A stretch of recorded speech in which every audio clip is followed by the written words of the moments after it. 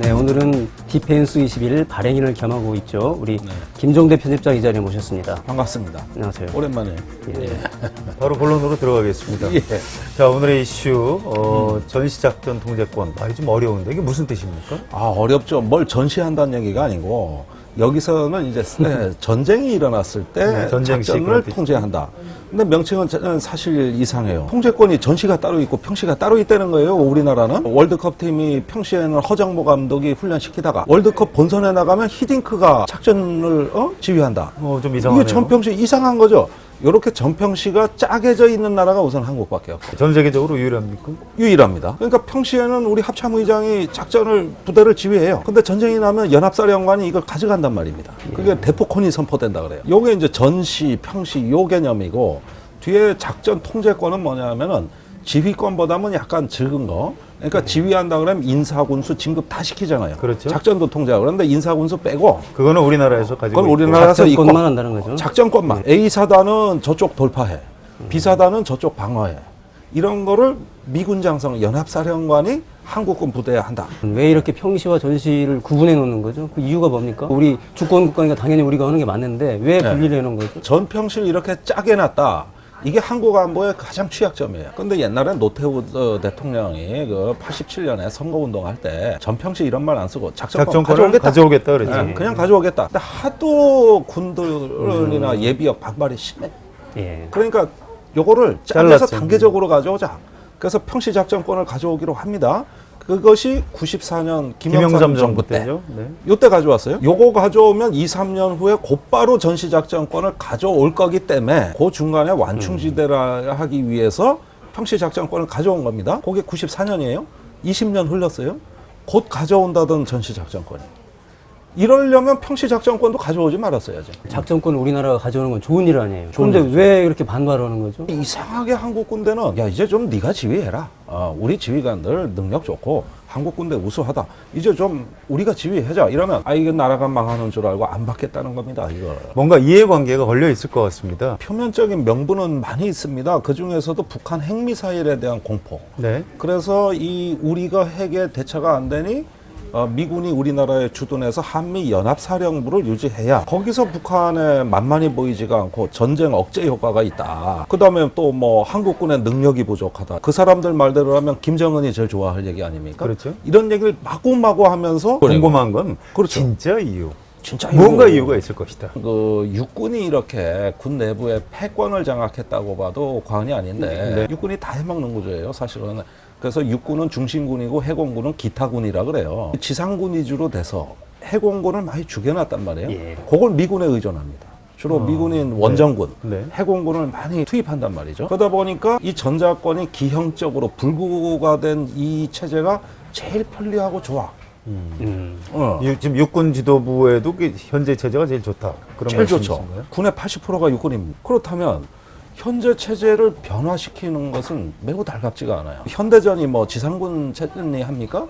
걸프전 43일 기간 중에 39일이 항공전이었어요. 지상군 맨 나중에 설거지하는 데입니다. 현재 육군 패권 이러한 군사 체제가 미군 야전군하고 많이 이해관계가 맞아떨어져요. 그러다 보니까 뭔가 지금의 현 체제가 불합리하다는 게 곳곳에서 드러납니다. 현재 이게 다 군구조의 분노됩니다. 어떤 기득권을 네. 쥐고 있는 사람들이 자기들 이해관계 때문에 반대하는 것이다. 그렇습니다. 이렇게 보고 근데 계시네요. 언뜻 보면 이해가 잘 안 돼요. 이 네. 전시의 군사 작전 통제권이라는 가장 큰 어떻게 보면 권한일 수 있는데 그렇죠. 그거를 미군한테 넘겨주는 것이 기득권에 도움이 된다. 이거 좀 말이 길어질까봐 죄송한데 그 한국군이 이제 연합방위 태세라 그래가지고 이승만 대통령이 작전권을 전쟁 중에 넘겨주지 않았습니까? 네, 한국 전쟁 편지 때요? 한 장. 네. 네. 뭐 조약이고 협정이고 없어요. 그냥 편지 한 장이에요. 메가더 장군이 기쁘게 수락하겠다는 답장 한 장. 요게 절차의 전부였습니다. 네. 예, 아주 비정상적이죠. 그러다가 1978년에 그 한미 연합사령부가 창설이 됩니다. 그런데 이 연합사령부는 미국과 한국이 동등하게 50대 50 똑같이 인원을 넣어서 말 그대로 미군 사령부도 아니고 한국 사령부도 아닌 컴바인드 연합사령부를 구성했다 이겁니다. 그런데 양국 합참의장이 위원장이 된 한미군사위원회 MCM에서 연합사령관의 작전명령 1호를 하더랍니다. 거기에 연합사령관에게 한반도 방위의 임무를 부여하고 유사시엔 미 본토의 증원군을 요청할 수 있다. 이렇게 그 전략지시 1호가 내려갑니다. 근데 이 전략지시 1호는 조약도 아니고 협정도 아니고 그냥 행정문서예요. 굳이 위상을 따지자면 행정규칙입니다. 이것이 근거의 전부고 아무런 외교적 절차가 없었어요. 그게 오늘날까지 흘러오면서 굳어지다 보니까 한국군의 이제 뿌리 깊은 어떤 그 의존 사상, 또 미국의 이제 우리 장교들이 20만 명 가까이 유학 갔다 온 완전히 체질이 미국화된 군대인데 여기에서 이제 붙어 먹고 사는 군인뿐만 아니라 예비역들이 너무 많고 이것이 하나의 국가 관계에서 어떤 핵심적인 연결고리가 되다 보니까 이제는 이 체제로부터 벗어나기를 어려운 겁니다. 전자권을 우리가 가지는 게 큰 권한이 되지만 네. 이게 수십 년 동안 이렇게 공고가 되다 보니까 네. 이게 하나 기득권으로 굳어졌다 이 말씀이시네요. 기득권이자 문화이자 마음의 습관이자 대미 의존 뭐 그런 성향이 대미 있죠. 의존. 예. 그런데 하나 정치적으로 현재 여당이라고 그럴까요? 네. 또는 뭐 보수 세력이라고 그럴까요? 네. 이쪽에도 뭔가 이제 정치적인 이득이 있어야 되거든요. 어떤 그 사회적으로 북한의 위협에 대한 어떤 불안과 공포가 조성이 돼 버렸습니다. 있죠? 네. 예. 그것을 통해 가지고 현재 어떤 집권 통치 세력들이 나름대로 이 사회를 관리하는데 매우 편리한 수단을 얻었어요. 그렇다면 뭡니까? 이렇게 공포를 통한 통치, 그런 어떤 시대를 계속 이어가고 지속시키는 끈은 한미 동맹이란 말이죠. 우리나라 사람들 공포가 한번 조장되면 그나마 전쟁 안 일어나는 건 용산에 미군 깃발이 있기 때문이다. 이렇게 그 중장년층은 대부분 학습이 돼 있다고 해도 과언이 아닙니다. 그렇게 함으로써 현재 한미가 과거의 어떤 체제를 계속 이어가게 되면 그것이 불안과 공포 속에서 적절하게 사회를 통제하는 기재화가 됐고 노태우 정부 또 노무현 정부에서 미국 쪽에서 작전권을 다시 한국에 돌려주는 게 좋겠다라고 판단한 이유가 있었거든요. 네. 그 당시에 주한미군의 어떤 전략적인 유연성 때문에 네. 이제 한반도에 묶여 있는 것이 오히려 좋지 않다. 네. 그래서 한국에 이제 작전권을 좀 가져가라. 궁금한 게 이겁니다. 이번에 네. 이 전시작전 통제권 환수를 다시 한번 무기 그렇죠. 연기한 이유가 네. 네. 우리나라가 필요한 측면이 더 컸던 것인지 음흠. 아니면 뭔가 미국의 이해관계가 달라졌기 때문인지 네. 이 부분 어떻게 보십니까? 노태우 대통령 시절에도 빨리 전자권을 주고 싶었던 건 정치적 이유예요. 예. 그건 광주 민주화 운동 때문입니다. 네. 아 그렇군요. 예, 그때 그 미국이 한국군의 이동을 방조했다. 작전권 갖고 있는 나라가 방조했다. 예. 전방에 육군 사단을 빼온 거 아닙니까? 그렇죠. 이건 주한미군의 용인 없이는 불가능하다. 이것이 어떤 그 미국에 대한 비판 여론을 급격히 고조시키니까 그랬었죠, 당시에는. 정치적으로 연루되기 싫어서 이것 때문에 빨리 가져가라 그랬어요. 그리고 노무현 대통령 시절에 조지 부시, 그 조지고 부시는 거 좋아하는 대통령이 네. 오로지 중동이었습니다. 오로지. 그런데 지금은 어떻습니까? 다 빠져나오고 있습니다. 그러면서 전략의 중심이 중동이 아니라 아시아. 피봇 아시아. 중국 견제 포위망을 아시아에서 구성해 보자는 얘기입니다. 아, 그렇다면 그렇군요. 네. 이번에 전자권 우리 요구를 들어주는 미국의 전략적인 판단이 쓴 거예요. 그걸 우리가 활용할 수가 있었어요. 예. 그런데 이번에 전자권 무기 연기는 뭐냐면 오로지 우리가 사정하고 매달리고 부탁하는 방향으로만 이게 진행이 됐습니다. 이건 잘못된 거예요. 그러니까 우리 정부에서는 국내 정치적인 이유 때문에 그렇죠. 한 거고 미국에서는 그 전 세계를 상대로 한 미국의 국익 때문에 예. 그 두 가지가 일치했다. 박근혜 대통령의 경우에는 이 전자권 연기가 자기 지지 세력 중에 핵심, 말하자면 집토끼를 관리하는데 참는, 네. 굉장히 핵심 아젠다입니다. 네. 분명히 대통령의 대선 공약이었고 또 인수위 당시에 인수위 보고서에도 들어있고 네. 또 취임 이후에 국정과제 보고서도 분명히 이제 2015년에 이제 돼 있었어요. 전환한 걸로 돼 있단 말이에요. 예. 그럼에도 불구하고 굉장히 엄청난 이게 분명한 공약 파기인데 물론 청와대는 아직도 공약 파기가 아니라고 주장하고 있지만 파기죠. 뭐 아니라고 해봐요. 파기. 네, 아니라 그러면서 아니라고 지금 또 우기고 있죠. 하겠다고 해요. 네. 아니라는 거예요. 그런데 그 정도로 그 전자권을 연기해서는 그런 효과가 큽니까? 정치적 불이익도 있을 텐데 분명히. 지금까지 박근혜 대통령의 어떤 많은 대선 공약 파기와 동일한 맥락입니다. 예. 사실 박근혜 대통령은 진보의 언어로 집권했어요. 민주화, 경제복지, 그렇죠. 자주국방. 그것은 뭐냐면은 정권을 유지하기 위해서는 그렇죠. 공약을 버리는 것이 더 공약이 이해관계가 버리는 있지 게 더 그 자기들 내부 결속에는 굉장히 유리한 그 집권을 위해서는 산토끼를 잡아야 되니까 그렇죠. 진보 언어를 했고 또 정권을 유지하려면 유지하려면 이제 집토끼를 집토끼를 데리고 유지해야 있어야지. 되니까 다시 네. 이제 보수로 회겠다 이렇게 다 말씀하시는 좋은데 거예요. 그러면 네. 그런 사정을 국민들한테 좀 솔직히 설명을 하고 그렇죠. 내가 이러이러해서 공약을 했다가 못 지키게 됐다. 네. 안보가 더 중요하다. 이렇게 대통령이 좀 직접 설명을 하셨으면 좋겠는데 저번에 총격전이 벌어져도 행적이 안 밝혀지니까 세월호 때는 사라진 7시간, 이번 총격전 때는 사라진 70시간이에요. 아 그러네요. 네. 사흘 동안 이 교전 상황에 대해 아무 얘기도 없고 행적도 안 나오니까요. 그러니까 이런 걸 설명하시는 거는 우리가 바랄 걸 바라야지. 너무 좀 우리 각하께 너무 많은 그 바람을 하시면 안 되죠. 다른 공약에 대해서도 특별히 이렇게 국민들한테 제대로 설명한 건 별로 없어요. 하도 여론이 들끓으니까 청와대 민경욱 대변인이 마지못해 한 한국된 거죠. 다음 날 나온 겁니다. 그것도 아주 궁색한 논리로 안 하려는 거 억지로 나온 거예요. 사전 설명 없었어. 없었어요. 공약 파기는 아니다 그러는데 이제 여당의 이제 옛날 국방위원장을 했던 유승민 같은 의원도 이건 공약 파기 맞다 그러고 있거든요. 공약 아, 김장수 답답합니다. 안보실장이 있을 땐 안 그랬습니까? 그 전작권 전환 예정대로 하겠다.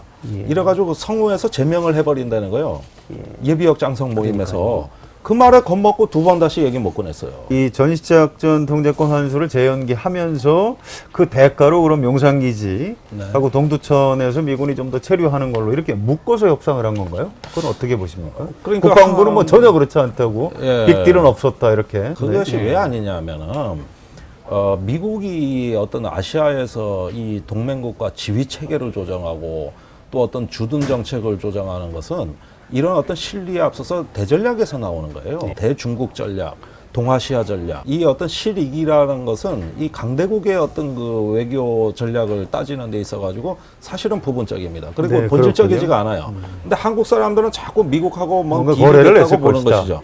결과적 거래가 됐다 할지라도 그거는 모티브가 될 수가 없어요. 고고도 미사일 방어 체계인가요? 사드 그 한국 배치하고는 무관합니까 이게? 미국의 다른 국가 이익, 즉 군산복합체, 방위 산업이 지금 대단히 어렵고 그렇죠. 어떤 이러한 전략적인 환경이 변했을 때 그것을 무언가 한국에 무기 판매하는 여건으로 활용해 보자. 이거는 가능한 겁니다.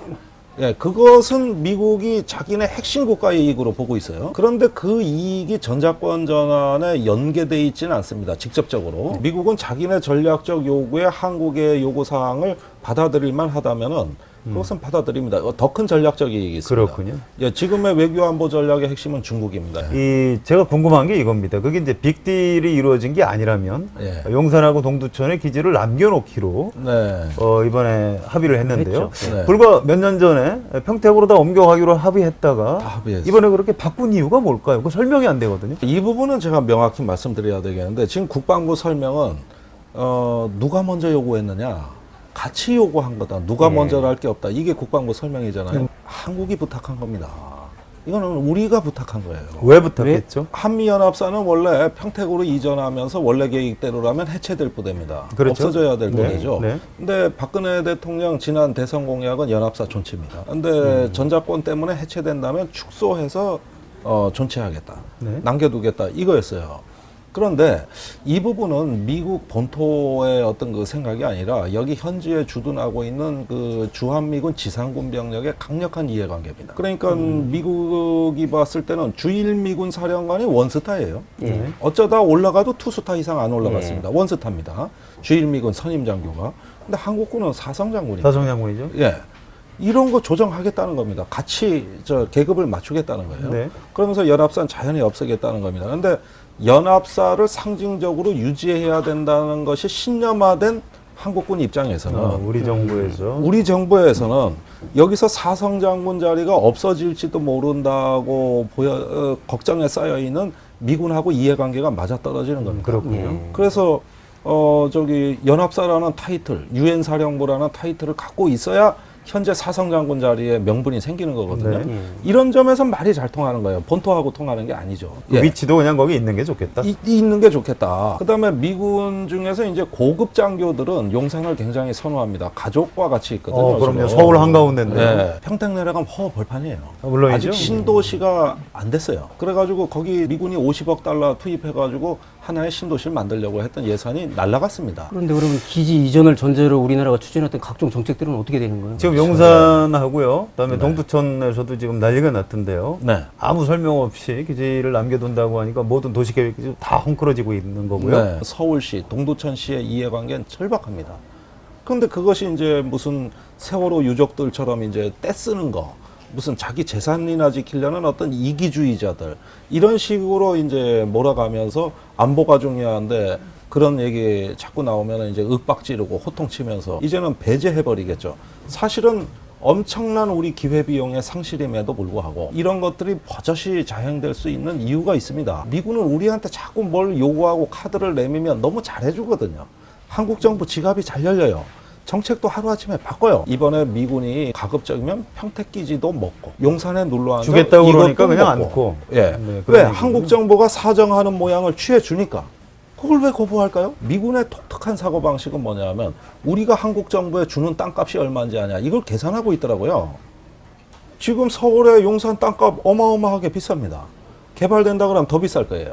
그러면 이걸 한국 정부에 준다는 건 우리가 몇 조 원의 가치를 한국 정부에 주는 건지 한번 따져보자 이거예요. 그걸 카드로 해서 평택기지에 호화기지를 짓게 만든 겁니다. 이제 눌러 앉으라 그랬잖아요. 언젠가 평택기지 말고 다른 것을 한국 정부에 요구할 일이 있을 때 대가를 또 요구하고 요것은 또 카드로 쓰인다 이거예요. 우리 국가 정책이 일관성이 없는 결과 어떻게 국익이 잠식이 되고 우리가 손실이 되는가를 보여주는 한 사례라고 볼 수 네. 있는 거예요.